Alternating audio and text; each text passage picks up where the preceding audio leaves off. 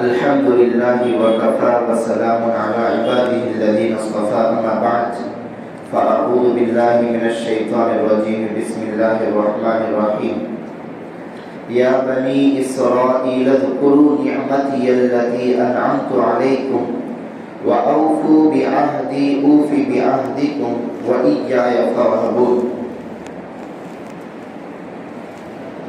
3 آیتوں کی تفسیر ہوگی. الحمدللہ اللہ کے فضل و کرم سے 29 آیتوں کی تفسیر مکمل ہو گئی ہے، جس پر 9 آیتوں کی تفسیر مکمل ہو چکی ہے.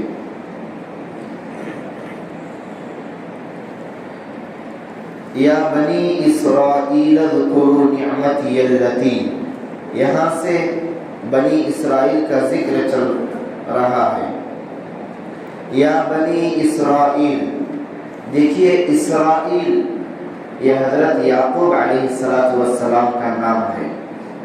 اسرائیل کے معنی عبد اللہ، اللہ کا مطیع اور فرما بردار بندہ ہے.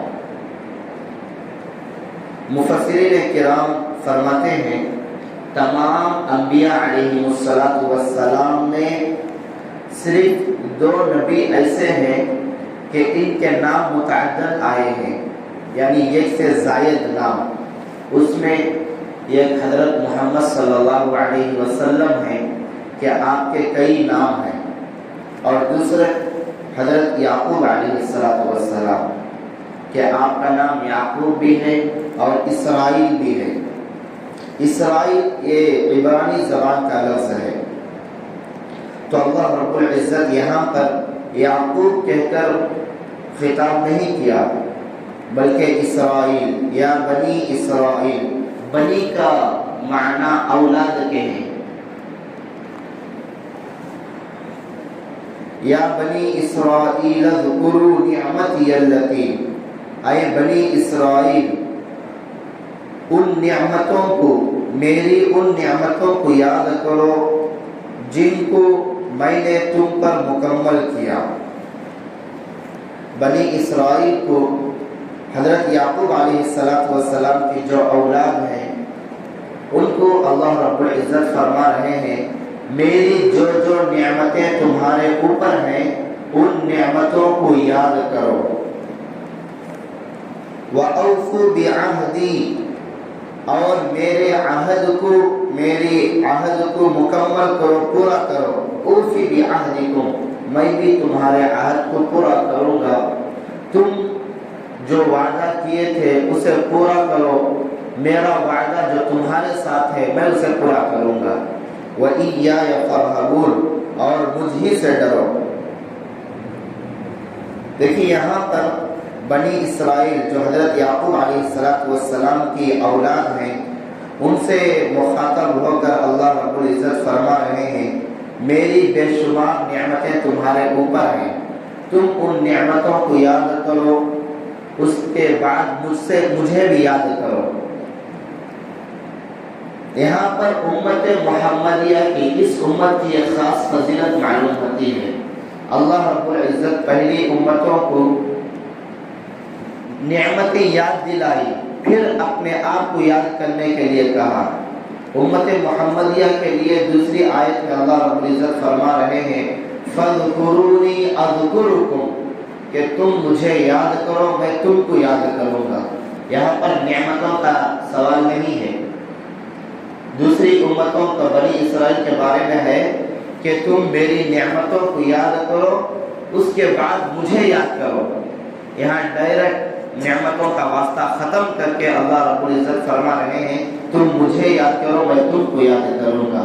یہ امت محمدیہ کی ایک خاص امتیازی شان ہے. اس کے بعد اللہ رب العزت فرما رہے ہیں تم جو وعدہ کیے تھے اس وعدے کو پورا کرو، اور اس کے بعد میں جو وعدہ کیا ہوں اس کو پورا کروں گا. اب بنی اسرائیل کیا وعدہ کیے تھے اللہ رب العزت کے ساتھ، تو اس کے تعلق سے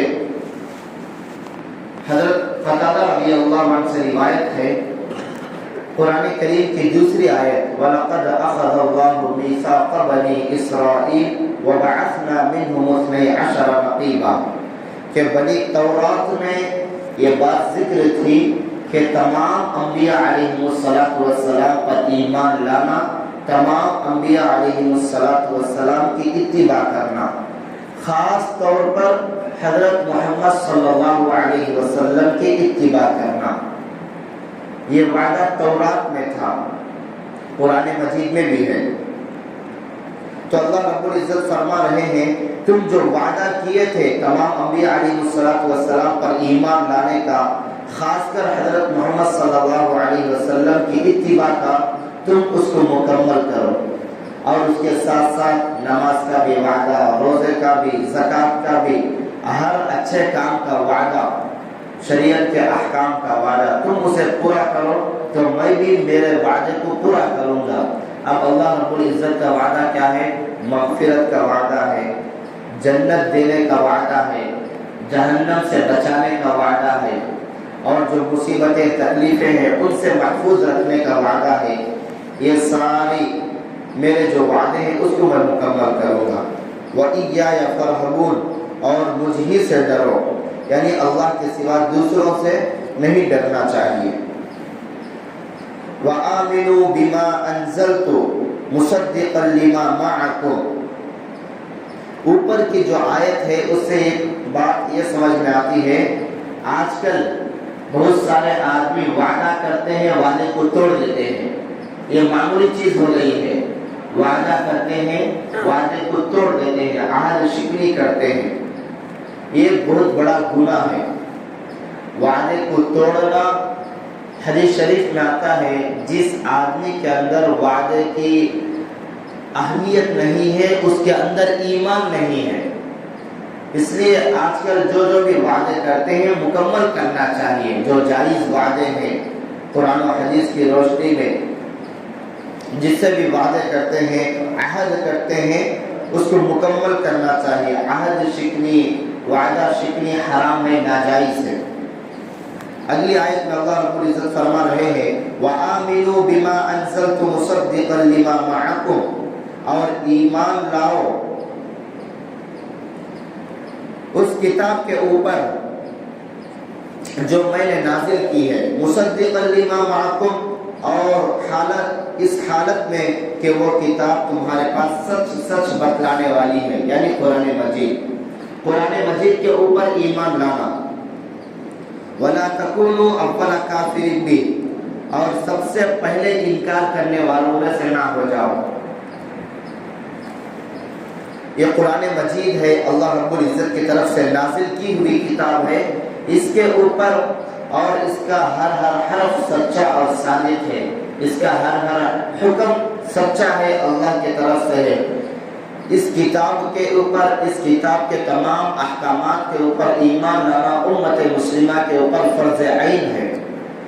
اگر ہم اس کتاب کے اوپر ایمان نہیں لائیں گے تو ہمارا ایمان نہیں ہوگا، مسلمانوں میں ہمارا شمار نہیں ہوگا۔ وَلَا تَكُونُوا أَوَّلَ كَافِرٍ بِهِ، اور تم سب سے پہلے انکار کرنے والوں میں سے نہ ہو جاؤ۔ دیکھیے یہاں پر انکار کرنا جرم ہے، چاہے وہ پہلے ہو بعد میں ہو، پہلے انکار نہیں کیے بعد میں انکار کرے، پہلے انکار کرنا بھی جرم ہے، بعد میں انکار کرنا بھی جرم ہے، لیکن یہاں پر اللہ رب العزت سب سے پہلے انکار کرنے والے مت بنو، پہلے کا لفظ کیوں استعمال کیا ہے؟ تو اس کی تفسیر یہ ہے کہ اگر کوئی بندہ سب سے پہلے کوئی اچھا کام کرے، کوئی برا کام کرے، اس سے پہلے کوئی نہ کیا ہو، تو اس کے بعد کے لوگ جو اس کو دیکھ کر کریں گے تو اس کا یا اچھا کام کریں گے یا برا کام کریں گے، اچھا کام کرنے کا ثواب اس کو بھی ملے گا اور برا کام کرنے کا عذاب، گناہ اس کو بھی ملے گا۔ اگر کوئی بندہ سب سے پہلے قرآن کریم کا انکار کیا تو اس کو دیکھ کر ہزاروں لوگ قرآن کریم کا انکار کیے، جو انکار کر رہے ہیں ان کو گناہ ملے گا، ساتھ میں جو پہلے انکار کیا تھا، شروع کیا تھا، اس کو بھی برابر کا گناہ ملے گا۔ اگر کوئی بندہ نیک کام کیا، اس کو دیکھ کر ہزاروں لوگ کر رہے ہیں، تو جو ہزاروں لوگ کر رہے ہیں ان کو بھی ثواب ملے گا، اور جو یہ کام شروع کیا تھا اس کو بھی ثواب ملے گا۔ جیسے مثال کے طور پر سڑک کے کنارے مسجد نہیں تھی، وہاں پر مسجد کوئی آدمی مسجد بنا دیا، تو اب جتنے بھی مسافرین گزریں گے یا جتنے بھی اس میں نماز پڑھیں گے تو نماز پڑھنے والوں کو نماز کا ثواب ملے گا، ساتھ میں جس کے ذریعے سے وہ مسجد قائم ہے، جو مسجد بنایا ہوا ہے، تمام مصلیوں کا ثواب اس کو بھی ملے گا۔ اور وہی ایک بندہ تھیٹر بنا دیا، سنیما ہال بنا دیا، اور اس میں جا کر ہزاروں لوگ فلم دیکھ رہے ہیں، تو جو گناہ کر رہے ہیں ان کو گناہ کا عذاب اور گناہ ضرور ملے گا، لیکن جو اس کو بنایا ہے تو جتنے بھی ہزاروں لاکھوں لوگ دیکھیں گے ان کا گناہ بھی جو بنایا ہے اس کے اوپر آئے گا۔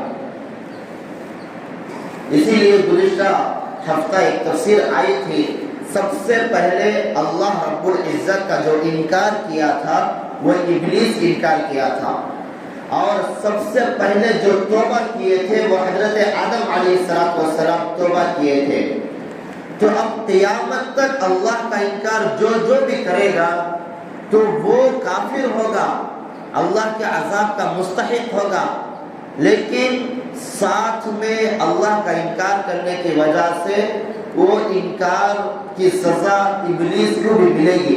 وہ جو مردود ہوا، ملعون ہوا، اس کی مردودیت اور ملعونیت میں اضافہ ہوتا رہے گا، اور جو بھی توبہ کریں گے قیامت تک اپنے گناہوں کا تو ان کے گناہ معاف ہوں گے، ان کو ثواب بھی ملے گا، لیکن حضرت آدم علیہ السلام کو بھی اس کا ثواب ضرور ملے گا، کیونکہ توبہ وہی شروع کیے تھے، توبہ کرنا، اللہ کو منوانا۔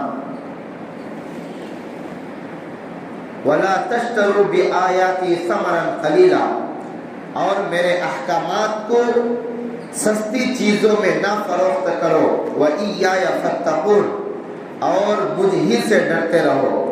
وَلَا تَشْتَرُوا بِآيَاتِي، میرے احکامات کو یعنی قرآن کریم کے جو احکامات ہیں سستی چیزوں میں نہ بیچو، سستی چیزوں میں فروخت نہ کرو۔ یعنی بہت سارے لوگ احکامات کو بدل کر رکھ دیتے ہیں، جو جائز ہے ان کے ذاتی فائدے کی وجہ سے، جو جائز ہے اس کو ناجائز بتا دیتے ہیں، جو ناجائز ہے اس کو جائز بتا دیتے ہیں، اپنے فائدے کی وجہ سے قرآن کریم کے احکامات کو بدل کر رکھ دیتے ہیں۔ تو یہ بھی بہت بڑا گناہ ہے، یہ بھی حرام ہے، اس سے بھی بچنا چاہیے۔ آگے خود اللہ رب العزت فرما رہے ہیں وَإِيَّايَ فَاتَّقُونِ، اور خاص طور سے مجھ ہی سے ڈرو۔ دیکھیے یہاں پر وَلَا تَشْتَرُوا بِآيَاتِ ثَمَنًا قَلِيلًا، میرے احکامات کو، میری آیتوں کو سستی چیزوں میں نہ بیچو۔ اس آیت کی تفسیر کے ذیل میں علماء کرام نے، مفسرین کرام نے لکھا ہے، بہت سارے حضرات آج کل کے اس دور میں قرآن خوانی کراتے ہیں، گھر اوپننگ کے وقت یا دکان اوپننگ کے وقت، یا اگر کوئی انتقال ہو جائے تو ایصال ثواب کے لیے قرآن خوانی کراتے ہیں، تو اس کے بعد ان کو ہدیہ دیتے ہیں۔ علماء کرام جو مولوی صاحب آتے ہیں ان کو ہدیہ دیتے ہیں، یہ کہاں تک جائز ہے؟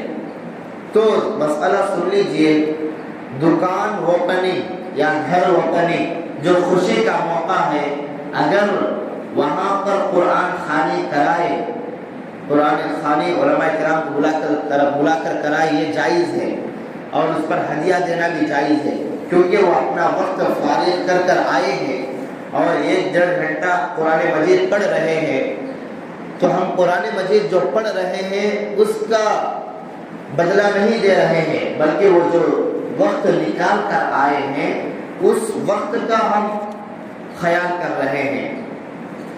اور جو ایصال ثواب کے لیے قرآن خوانی کراتے ہیں، آدمی انتقال ہو گیا تو مولوی صاحب کو بلا کر قرآن خوانی کراتے ہیں، یہ بالکل حرام ہے، بالکل جائز نہیں ہے، یہ بدعت ہے۔ اللہ کے نبی صلی اللہ علیہ وسلم کا انتقال ہوا تو صحابہ کرام نے ایصال ثواب کے طور پر قرآن خوانی نہیں کیے۔ صحابہ کرام میں سے کتنے صحابہ کرام قرآن خوانی کیے ہیں؟ اکابرین میں سے کوئی بھی قرآن خوانی ایصال ثواب کے طور پر نہیں کیا، اس لیے یہ رواج کو ختم کرنا چاہیے۔ جو قرآن خوانی کرا رہے ہیں ان کو بھی گناہ ملے گا، جو آ کر پڑھ رہے ہیں ان کو بھی گناہ ملے گا، اس لیے کہ یہ نئی چیز ہے، بدعت ہے۔ اور بدعت کے تعلق سے اللہ کے نبی صلی اللہ علیہ وسلم نے فرمایا وہ شخص مردود اور ملعون ہے جو دین میں نئی چیز کو پیدا کرے۔ اس لیے کان کھول کر سن لیجئے، جو ایصال ثواب کے لیے قرآن خوانی کرا رہے ہیں وہ مردوں کو رتی برابر ثواب بھی نہیں ملے گا، خود پڑھنے والوں کو ثواب نہیں ملے گا۔ تو اب مردوں کو کہاں سے ثواب ملے گا؟ اور یہ گناہ میں دونوں برابر شریک رہیں گے، پڑھانے والے بھی گناہ میں شریک رہیں گے، پڑھنے والے بھی گناہ میں شریک رہیں گے۔